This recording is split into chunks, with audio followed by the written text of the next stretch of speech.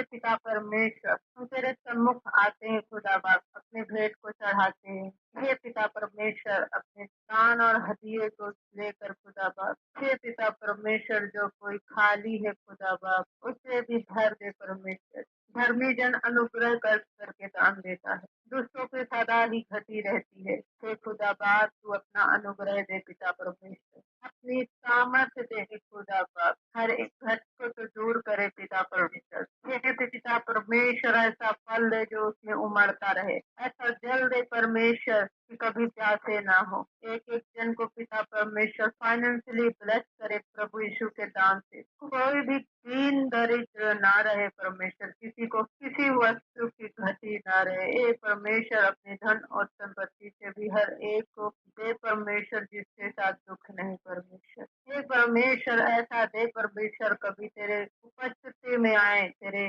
जगह में आए प्रभु, तो खाली हाथ ना आए परमेश्वर। हे परमेश्वर, ऐसा मन दे खुदा बाप, ऐसी पावर दे खुदा बाप, तेरे कामों का बोझ दे खुदा परमेश्वर। जो कुछ बोए खुदा बाप, तो तेरे कामों में लगे खुदा बाप। बहुत सी रूह बचाई जाए, दूसरे के जीवन में ये काम हो, कलेसिया में काम, हर एक सृष्टि दूर हो यीशु मसीह के नाम से। हे प्रभु, कभी भी घुटने निर्बल ना हो परमेश्वर, ढीले हैं परमेश्वर तो मजबूत हो जाए, सुस्ती में ना जाए खुदा बाप, हमारा मन खुमार में मत वालेपन में ना जाए परमेश्वर, सदा गर्म रहे तुझ में पिता परमेश्वर। हे परमेश्वर, दुआओं में, प्रार्थना में, बोने में परमेश्वर सदा उत्साहित रहे परमेश्वर, अग्रेसिव रहे खुदा बाप। हे पिता परमेश्वर, जितने लोग अपने हाथों को तेरे सम्मुख खोलते हैं खुदा बाप, उन्हें पुनः वापस करे पिता परमेश्वर, उन्हें बढ़ती दे खुदा बाप, इनके बैंक बैलेंस में परमेश्वर, इनके लाइफ में परमेश्वर, हर एक जरूरतों को पूरा करे परमेश्वर,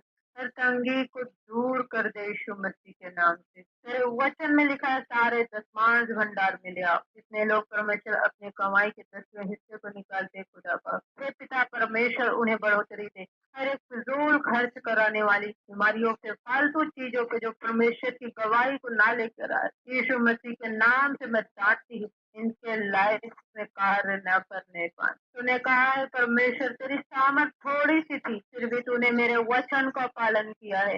हे खुदा बात, तू उन सारे सभा वाले को हमारे वश में कर देगा, ऐसा तेरा वचन करता है। सारे वचन जो हमारे ऊपर प्रतिक्रिया किए गए खुदा बाप, उसे पूरा हो जाए आज यीशु मसीह के नाम से पिता परमेश्वर। तेरी सामर्थ इस उपस्थिति में प्रभाव डाले परमेश्वर, इनके बोने में प्रभाव डाले खुदा बाप। गवाही को लेके आए चारों ओर से खुदा बाप, धन्यवाद करते हैं। धन्यवाद प्रभु यीशु मसीह के नाम से मांग लेते थे, स्वीकार करे यीशु में, जैसे तूने हाबिल का स्वीकार किया परमेश्वर, उत्तर भेजा परमेश्वर, जैसे तूने फिलिप्पुस का तूने स्वीकार किया परमेश्वर, उसके दान याद किए गए, ऐसे ही याद किए जाए यीशु मसीह के नाम से। आमेन आमेन। अगर हम प्रभु में आ गए हैं तो क्या होना चाहिए? सारा चीज परमेश्वर की महिमा के लिए। एक वचन लिखा हुआ है कि तुम्हारा जो परमेश्वर है एक ही परमेश्वर है, 4-10 परमेश्वर नहीं है। जब एक ही परमेश्वर है तो अपने पूरे मन से, प्राण से उसकी सेवा करना। अगर किसी ने अपने दिल में 10 ईश्वर को बना कर रखा है तो जाहिर सी बात है चारों तरफ वो खुश ही कर रहा है सबको। और आप जान गए हैं एक ही परमेश्वर है सृष्टिकर्ता, बनाने वाला। सिर्फ हम सब क्या सीखते हैं? इसी नेचर से सीखते हैं, कि प्रकृति से सीखते हैं, हमारे आसपास क्या हो रहा है उससे सीखते हैं। आप खुद जानिए, क्या आप 2 माँ से पैदा हो गए हैं? एक ही माँ से, एक ही गर्भ से पैदा हुए, यहाँ से पैदा हुआ, फिर दूसरे औरत से, फिर तीसरे। तो सेम चीज है, एक ही सृष्टि करता है, एक ही परमेश्वर है, एक ही बनाने वाला है, एक ही उद्धार करने वाला है। 10-15 ईश्वर नहीं है।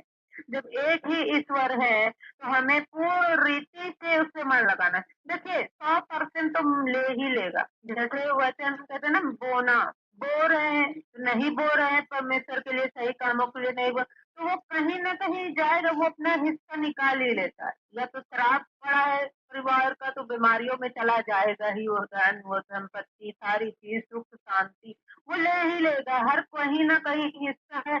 ये कभी ना सोचे कि हम ये चीज बचा के रखे हैं, वो चीज करके रखे, कहीं ना कहीं वो ले लेगा।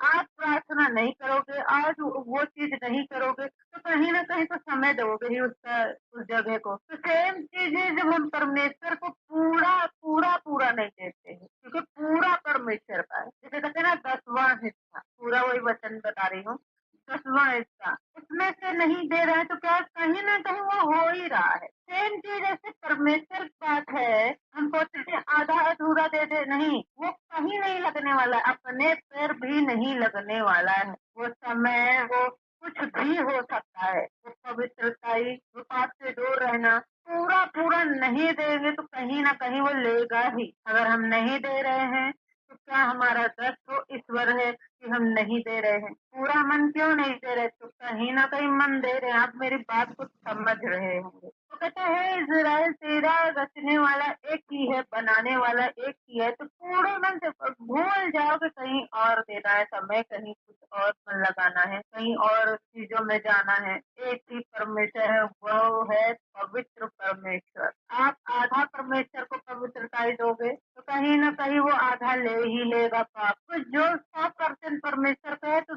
वो परमेश्वर को ही जाएगा, कहीं न कहीं वो ले ही लेगा। जब एक ही ईश्वर है, एक ही परमेश्वर है, तो हमें क्या करना चाहिए? पूरा देना चाहिए।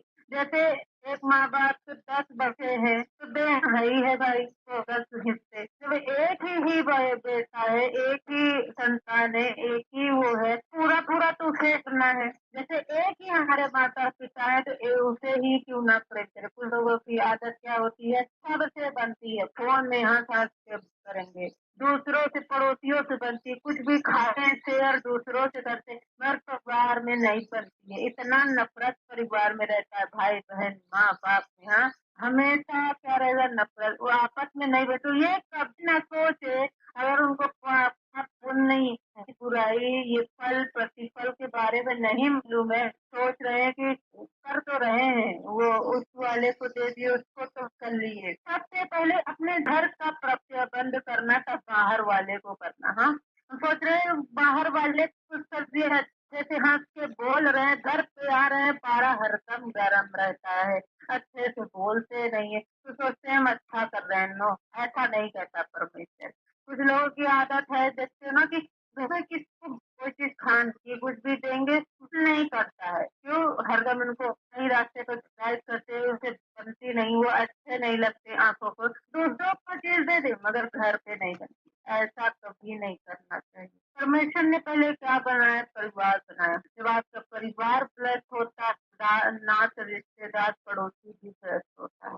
नहीं तो पड़ोसी भी देखेगा कि इसको तो आपस में बनता है, वो खुश होगा कि अंदर फूट पड़ी हुई है, तो बाहर आराम से इसको तोड़ा जा सकता है, बहकाया जा सकता है। जिस वो पुत्र था, उसने क्या कह लिया कि मेरी हक बाँट दे, मेरा हिस्सा दे दे। वो हरदम लड़ता था अपने पिता से कि मेरा हिस्सा दे दे। उसे ना शादी ब्याह कुछ भी नहीं, वो बस हिस्सा माँगा था, मुझे दे दोगी। उसने दे दिया, तो सोचता था 2 भाई थे वो आपस में, पिता था, तो ज़ाहिर-सी बात ना बनती होगी भाई में, वो गुस्सा होता कि वो बड़ा वाले भाई को सारा हक, उससे सब कुछ राय-मशवरा लिया जाता है। अब मुझसे कुछ पूछा ही नहीं जाता है, मेरी कुछ है ही नहीं, मुझे मेरा हिस्सा दो। जैसे उसका पिता ने हिस्सा दिया, वो सोचता है दुनिया मेरा स्वागत कर रही है बाहर। यहाँ जो नफ़रत का जो लड़ाई चल रहा है, बन नहीं रहा है, तो बाहर मेरे लोग फूल माला से स्वागत करें। बाहर लूटने वाले, खाने वाले हैं।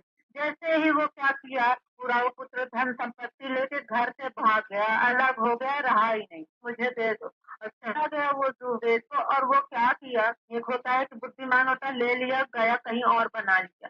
मगर वो नफ़रत से भरा हुआ था, उसे सँभालना नहीं आता था। जैसे एक बाप जान के भी ये बाइक चला नहीं पाएगा, भी नहीं देना है, छोटा है। तो सेम चीज़ वो जाता है बाहर, वो सब कुछ उड़ा देता है। नाचने, खाने, वेश्याओं में, सुख-सुविधा में, सारी चीज़ों में वो उड़ा देता है धन-संपत्ति। अब आखिरी में उसके पास कुछ नहीं बचता है।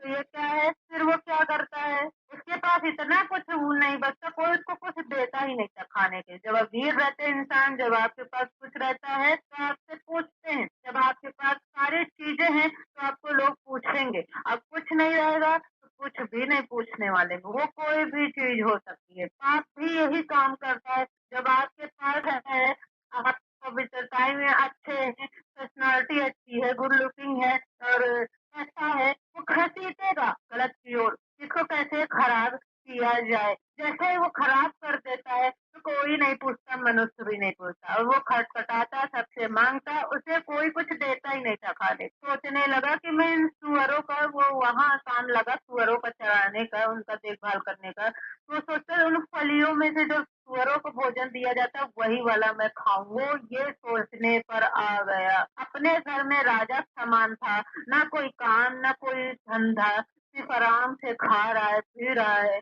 हाँ, इतना प्रेम मिल रहा है। पर वो इतना सोचने में मजबूर हो गया, वह नौकर-चाकर सब कुछ से इतना सोचने में मजबूर हो गया कि सूअरों को खाना उसको सोचने में मजबूर हो गया, यही चीज़ मिल जाए पेट भर। इतना ना वो डिप्रेस हो गया, वो पागल में चला गया, उसका माइंड जो है एकदम नीच में चला, डाउन हो गया इसका दिमाग का कि मैं क्या हूँ?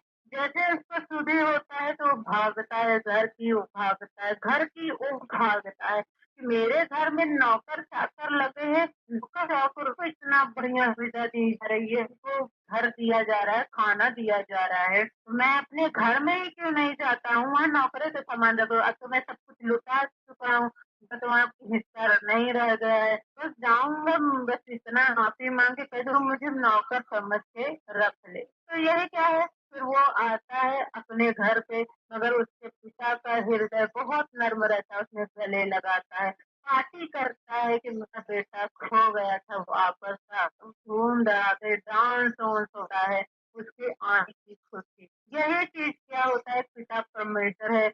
हम सोचते हैं यहाँ पे तो परमेश्वर जो कह रहा है बड़ा अजीब लग रहा है, मगर बाहर क्या है, भेड़ियों के समान नोचने वाले, घोंटने वाले हैं।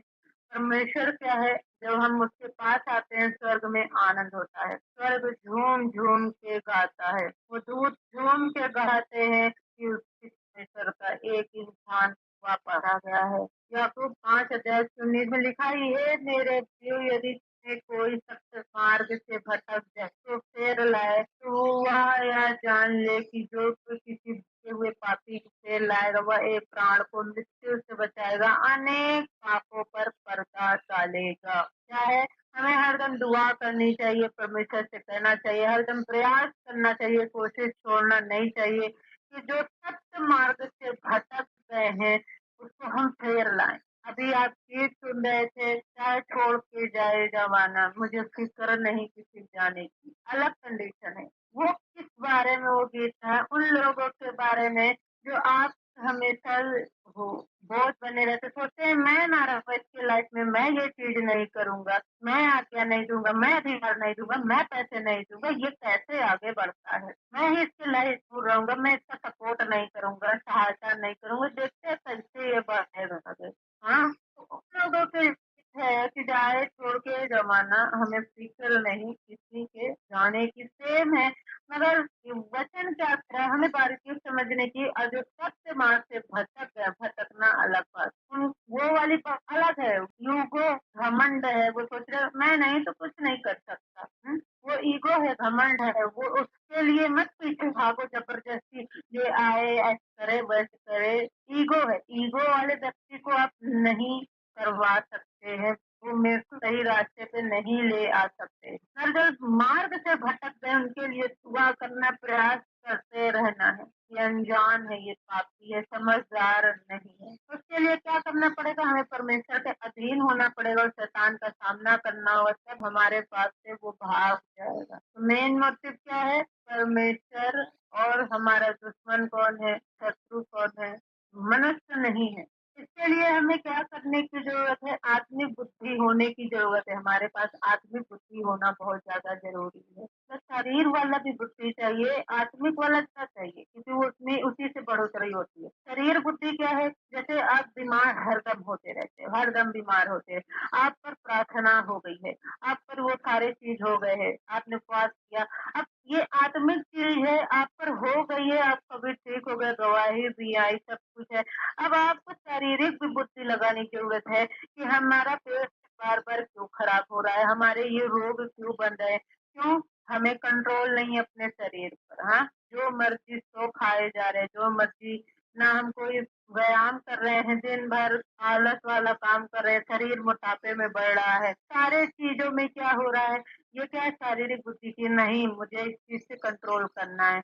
अच्छा यही चीज़ करते-करते तो परमानेंट बीमारी फैल गई है। ये चीज़ हो चुका है, अब ये ठीक नहीं देखो एक शुगर जिसको हो जाता है तो कभी ठीक नहीं होता, बिना परमेश्वर की ग्रेस के, इसकी गवाही भी आती है। मगर मेडिकल लाइन पे क्या है कि ये कभी नहीं ठीक होता, बस इसे मेंटेन बना के रखना पड़ता है हमेशा।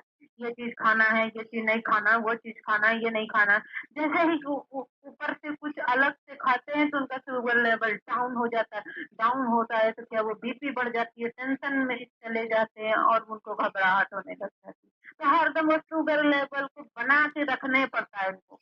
यही चीज़ें जब स्वस्थ मनुष्य रहता है, ये शारीरिक बुद्धि कहती है कि सारे चीज़ों से परहेज़ करो, हेल्दी खाना खाओ, अच्छे डाइट लो, फल फ्रूट्स लो, सही तरीके से डाइट लो, व्यायाम करो, जिम करो, ये चीज़ क्या है शारीरिक बुद्धि है, ठीक है? जब रहे बीमारी तब पर भी नहीं क्योंकि वो अगर बीमारी है कि यही चीज़ करवाएगी, मेंटेन करना पड़ेगा।